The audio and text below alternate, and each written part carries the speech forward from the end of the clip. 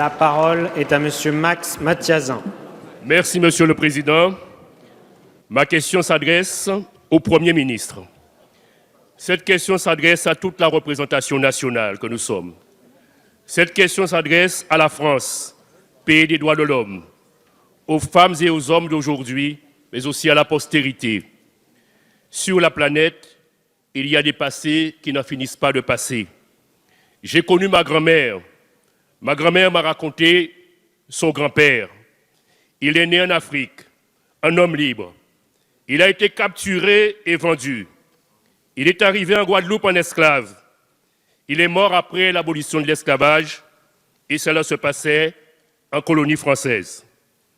D'aucuns pensent que la traite d'êtres humains et d'esclaves ont disparu au XIXe siècle, mais il n'en est rien.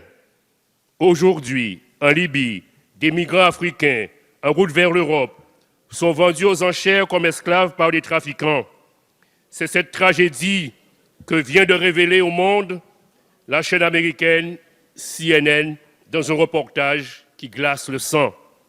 Alors pour moi, comme pour beaucoup de nos compatriotes des Outre-mer et de l'Hexagone, c'est une réalité qui fait partie de ma mémoire, de notre mémoire, de ma vie, de notre vie, de la culture qui nous façonne tous. Mes chers collègues, n'est-ce pas dans cet hémicycle même qu'a été votée en 2001 la loi reconnaissant la traite et l'esclavage comme crime contre l'humanité? La France et l'Union européenne doivent réagir face à ce drame humanitaire insoutenable qui sévit en Libye et dans d'autres pays, et nous les connaissons. Monsieur le Premier ministre, comment la France, pays des droits de l'homme, va-t-elle intervenir pour faire cesser ces horreurs le plus vite?